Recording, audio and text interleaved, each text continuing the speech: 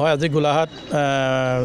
৭৬ সংখ্যক বন মহোৎসৱ উপলক্ষে গোলাঘাট বন বিভাগৰ কাৰ্যালয় উদ্যোগত আৰু তুলিচৰী বৰা মইনাপাৰ উচ্চতৰ মাধ্যমিক বিদ্যালয়ৰ সহযোগত শিক্ষক শিক্ষয়িত্ৰী বিদ্যালয় পৰিচালনা সমিতি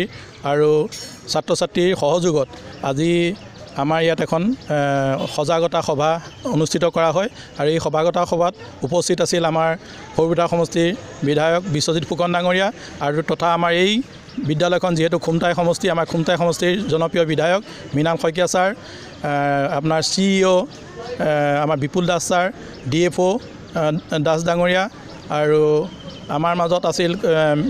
বন সংমণ্ডলৰ বিভিন্নজন বিভাগৰ বিষয়া কৰ্মচাৰী সকলো ইয়াত উপস্থিত আছিল। স্থানীয় ৰাইজ আমাৰ মাজত উপস্থিত আছিল আৰু এই সকলোৰে সহযোগত এখন সজাগতা সভা অনুষ্ঠিত কৰি প্ৰতিজন ব্যক্তিয়ে এটা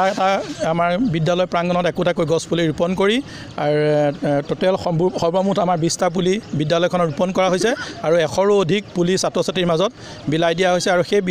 মাৰ নামত এটা পুলি, যিটো আমাৰ প্ৰধানমন্ত্ৰী ডাঙৰীয়া আমাক এটা বাৰ্তা দিছিলে, মা কি নাম পে এক পেৰ, সেই